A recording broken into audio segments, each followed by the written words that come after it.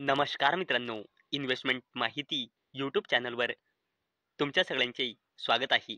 तर मित्रांनो, काल म्हणजे 20 नोव्हेंबर 2025ला महिंद्रा ग्रुपचा इन्व्हेस्टर डे होता आणि मित्रांनो त्यामध्ये खूप सारे जबरदस्त जबरदस्त अनाउन्समेंट झाले आहे आणि मित्रांनो त्यातले काही इम्पॉर्टंट अनाउन्समेंट आजच्या व्हिडिओमध्ये आपण बघणार आहोत. तसेच या अपडेटमुळे आपण कोणकोणत्या कंपन्यांना स्टडी करू शकतो हे पण आपण आजच्या व्हिडिओमध्ये बघणार आहोत. तर चला व्हिडिओ स्टार्ट करूया.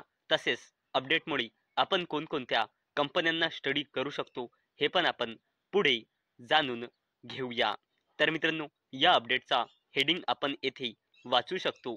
Mahindra targets 8x revenue target revenue growth in auto sector this decade. तर चला या अपडेटला डिटेलमध्ये समजून घेऊया. तसेच अपडेटमुळे आपण कोणत्या कंपन्यांना स्टडी करू शकतो ते पण आपण पुढे जाणून घेऊया. तर मित्रांनो मुंबई हेडक्वार्टर्ड कॉन्ग्लोमेरेट महिंद्रा ग्रुपने आपल्या ऑटोमोबाईल डिव्हिजन मधून रेव्हेन्यू टार्गेट दिला आहे. फायनान्शियल इयर 2030 पर्यंत 2.27 लाख कोटी रुपयांचा, जो फायनान्शियल इयर 2020 मध्ये होता फक्त 28,408.63 कोटी रुपये. म्हणजे मित्रांनो याच्या रेव्हेन्यू टार्गेटमध्ये आपल्याला जवळपास 8x म्हणजे 8 पटची ग्रोथ दिसत आहे. आणि मित्रांनो हे अनाउन्समेंट झाले आहे महिंद्रा ग्रुपच्या इन्व्हेस्टर डेच्या प्रेझेंटेशनमध्ये. आणि मित्रांनो महिंद्रा ग्रुपचा ऑटो सेक्टरचा कन्सॉलिडेटेड रेव्हेन्यू फायनान्शियल इयर 2025 मध्ये आला आहे 90,825 कोटी रुपये, जो फायनान्शियल इयर 2020च्या कंपॅरिझनमध्ये 3.2 टाइम्स म्हणजे 3.2 पटने ग्रो झाला आहे.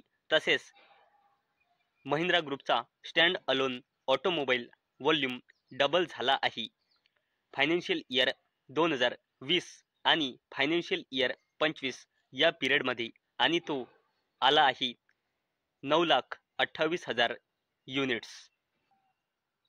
आणि मित्रांनो महिंद्रा ग्रुपने सांगितले की SUV रेव्हेन्यू शेअर डोमेस्टिक मार्केटमध्ये होता फायनान्शियल इयर 2020 मध्ये 17.6%. आणि मित्रांनो आता अशी अपेक्षा आहे की SUV रेव्हेन्यू डोमेस्टिक मार्केटमध्ये होऊन जाईल फायनान्शियल इयर 2026 मध्ये 26.4%.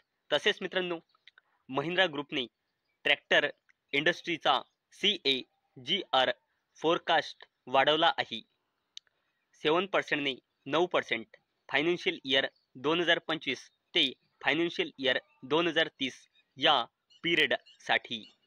आणि मित्रांनो महिंद्रा अँड महिंद्राचा प्लॅन आहे ओव्हर 10 मार्केट्स ग्लोबली आपला इलेक्ट्रिक कमर्शियल व्हेकलचा एक्सपोर्टला एक्सपांड करणे. आणि मित्रांनो करंटली महिंद्रा हा जगाचा लार्जेस्ट ट्रॅक्टर मॅन्युफॅक्चरर आहे आणि याचा डोमेस्टिक मार्केटमध्ये म्हणजे भारताच्या मार्केटमध्ये मार्केट शेअर आहे 43.3%.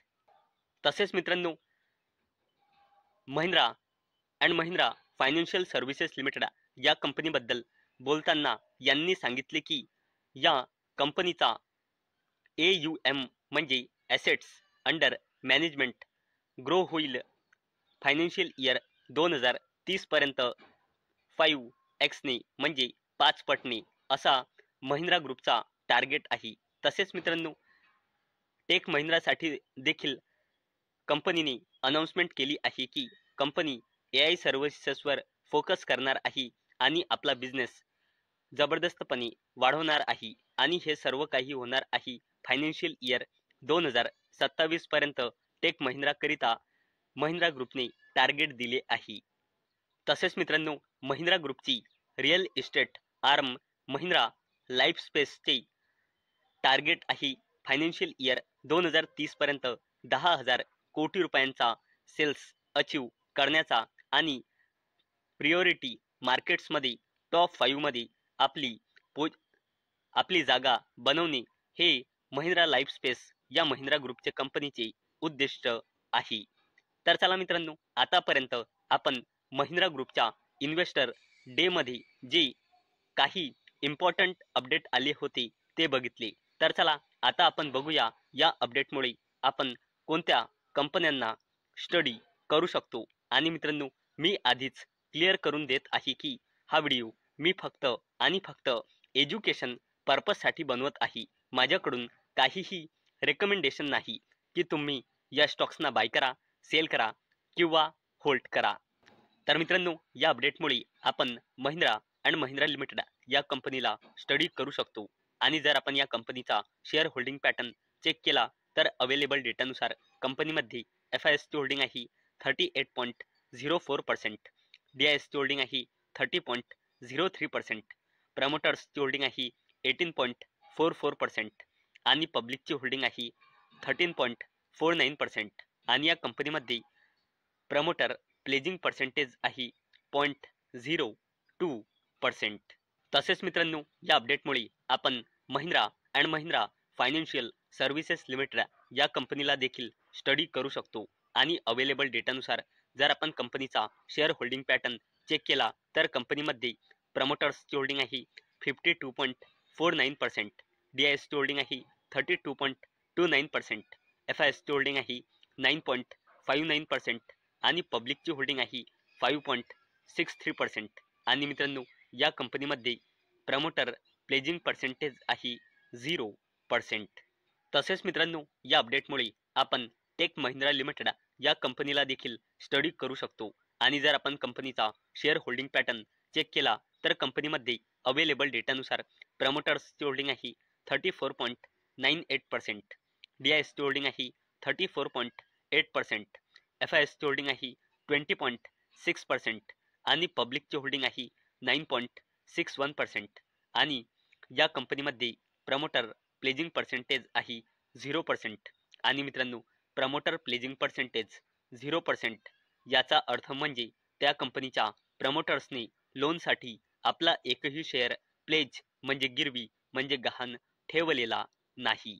तसेच मित्रांनो, या अपडेटमुळे आपण महिंद्रा लाईफस्पेस डेव्हलपर्स लिमिटेड या कंपनीला देखील स्टडी करू शकतो। आणि जर आपण या कंपनीचा शेअर होल्डिंग पॅटर्न चेक केला तर कंपनीमध्ये प्रमोटर्सची होल्डिंग आहे 52.42%, DISची होल्डिंग आहे 22.46%, पब्लिकची होल्डिंग आहे 17% आणि सर्वात कमी FISची होल्डिंग आहे 8.12%। आणि महिंद्रा लाईफस्पेस या कंपनीमध्ये प्रमोटर्सची होल्डिंग आहे 52.42% आणि प्रमोटर प्लेजिंग पर्सेंटेज आहे 0%।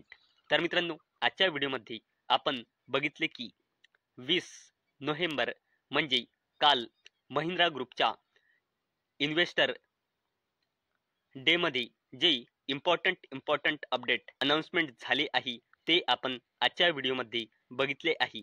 तसेच या अपडेटमुळे आपण कोणकोणत्या कंपन्यांना स्टडी करू शकतो हे पण आपण आजच्या व्हिडिओमध्ये बघितले आहे। तर मित्रांनो, मला अपेक्षा आहे आजचा आपला व्हिडिओ तुम्हाला इन्फॉर्मेटिव्ह वाटला असेल। तर मित्रांनो, जर तुम्हाला हा व्हिडिओ इन्फॉर्मेटिव्ह वाटला असेल तर या व्हिडिओला लाईक करा आणि चॅनलला सबस्क्राईब करा। आणि मित्रांनो, हा व्हिडिओ फक्त आणि फक्त एज्युकेशन पर्पजसाठी बनवलेला आहे।